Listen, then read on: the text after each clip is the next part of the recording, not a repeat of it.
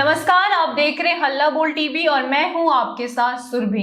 औरंगाबाद के गोह के रहने वाली छात्रा जिसकी जान परफेक्ट गर्ल्स हॉस्टल में चली गई, उसको लेके आज औरंगाबाद के गोह में कैंडल मार्च निकला है, जहां पे मांग की गई है कि जिन 2 मुस्लिम लड़कों की गिरफ्तारी हुई थी उनमें से एक को छोड़ दिया गया है, उस मामले में जल्द से जल्द सुनवाई किया जाए और उसकी भी गिरफ्तारी हो। इस पूरे मामले के बारे में हमें हल्ला बोल टीवी के संपादक दीपक शर्मा बताएंगे। देखिए, जिन 2 लड़कों की बात आप कर रही हैं जी, उसमें एक है पूर्णिया का मुजाहिद रेजा और दूसरा है बंगाल का मुकर्रम रेजा। इन 2 लड़कों ने कैसे घुसपैठ की उस छात्रा के कमरे तक? सबसे बड़ा तो सवाल ये है। जी, उसके पिता कह रहे हैं उस छात्रा के कि मैं जब जाता था तो मुझे गेट के अंदर नहीं जाने दिया जाता था कि गर्ल्स हॉस्टल है, आप अंदर नहीं आ सकते। मैं अपनी बेटी के कमरे तक नहीं जा सकता था। जी। फिर ये मुजाहिद रेजा और ये जो लड़का है दूसरा मुकर्रम रेजा, ये कैसे घुस गया उसके कमरे में? बिल्कुल। और इसमें से एक को पुलिस ने गिरफ्तार किया, एक को छोड़ दिया। कैसे छोड़ दिया? जी। और जब ये दोनों उसके कमरे में घुसे तो फिर ये सुसाइड कैसे है?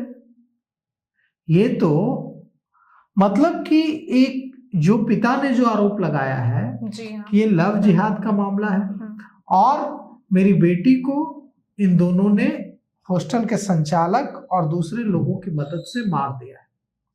और आज औरंगाबाद के गोह बाजार में कैंडल मार्च निकला। लोग कैंडल लेकर सड़कों पर उतरे और मांग की नीतीश सरकार से, बिहार सरकार से कि गोह की बेटी को इंसाफ दिया जाए।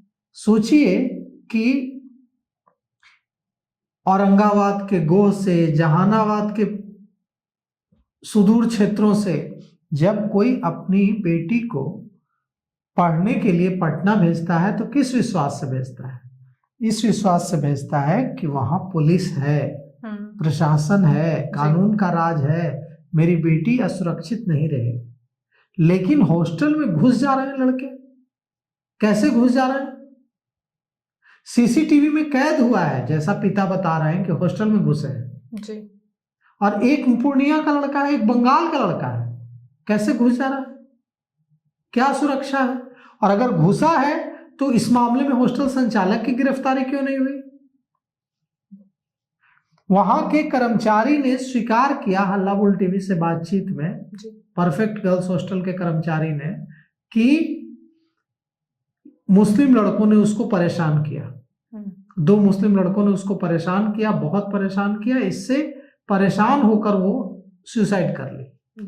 अगर मान भी ले, परिजन कह रहे हैं कि सुसाइड नहीं है, हत्या है, मान भी ले कि सुसाइड कर लिया, क्यों इतना परेशान किया? और हॉस्टल संचालक ने क्यों पुलिस को खबर नहीं दी कि हाँ हॉस्टल के कमरे के अंदर घुस जा रहे हैं लड़के? यह तो घोर अंधेरगर्दी है।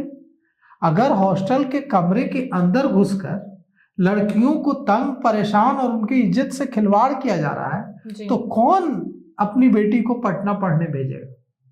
क्या इससे हमारा बिहार और पीछे नहीं जाएगा? बिल्कुल जाएगा। इससे जो हजारों लड़कियां बिहार के 38 जिलों से पटना आ रही हैं पढ़ने, चाहे बीपीएससी की तैयारी करने, यूपीएससी की तैयारी करने, नीट की तैयारी करने, जेईई मेंस एडवांस की तैयारी करने, उनकी सुरक्षा का क्या होगा? आप ही मुझे बता रही थी कि कई छात्राओं के पिता कह रहे हैं कि नहीं पढ़ेगी तो नहीं पढ़ेगी, लेकिन अब पटना नहीं रहना चाहिए। क्या पटना इतना असुरक्षित हो गया है?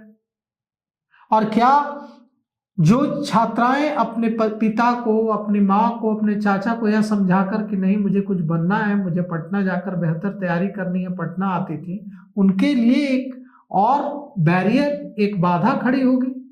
जब ऐसी घटनाएं होती हैं तो विश्वास हिलता है, यकीन हिलता है।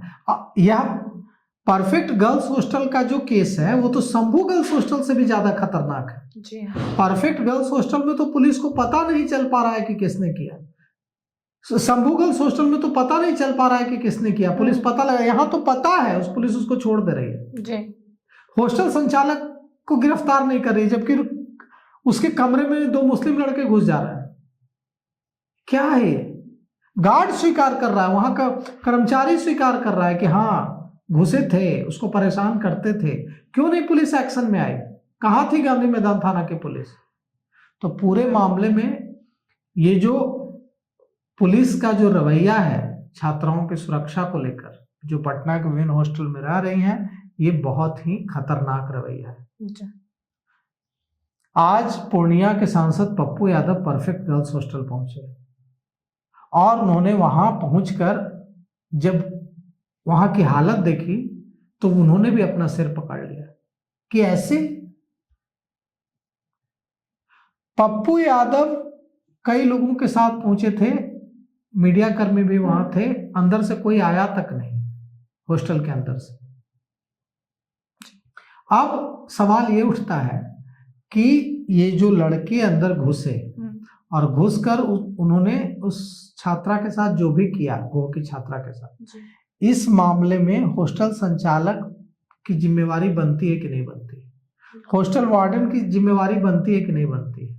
कैसे घुसे? बड़ा सवाल है ये तो। सुरक्षा का सवाल है। और अब भी वहां लड़कियां रह रही हैं, ऐसा नहीं है कि वहां अब लड़कियां नहीं रह रही, नहीं। अब भी लड़कियां रह रही हैं। कुल मिलाकर के पटना के हॉस्टल्स जिसमें छात्राएं रह रही हैं, स्थिति बहुत खराब है और इस मामले में पुलिस को इंश्योर करना चाहिए कि जो छात्राएं रह रही हैं उनकी सुरक्षा सुनिश्चित करना बहुत जरूरी है। जी। पटना की पुलिस पे अब बड़ा सवाल हो रहा है कि अगर वो लड़कियों को बिहार में सुरक्षा फील नहीं करा पा रहे हैं तो किस काम की पुलिस? तो अब उनको एक एग्जाम्पल सेट करना होगा, इस केस को सॉल्व करके अपराधियों को सजा दिला के कि बिहार में लड़कियां आज भी सुरक्षित है और आगे वो जितने सपने लेके पटना आ रही उनको वो पूरा कर सकती हैं। इसको लेके आपकी क्या राय है हमें कमेंट करके जरूर बताएं। फिलहाल इस पेशकश में इतना ही। तमाम खबरों के लिए बने रहे हल्ला बोल टीवी के साथ। धन्यवाद।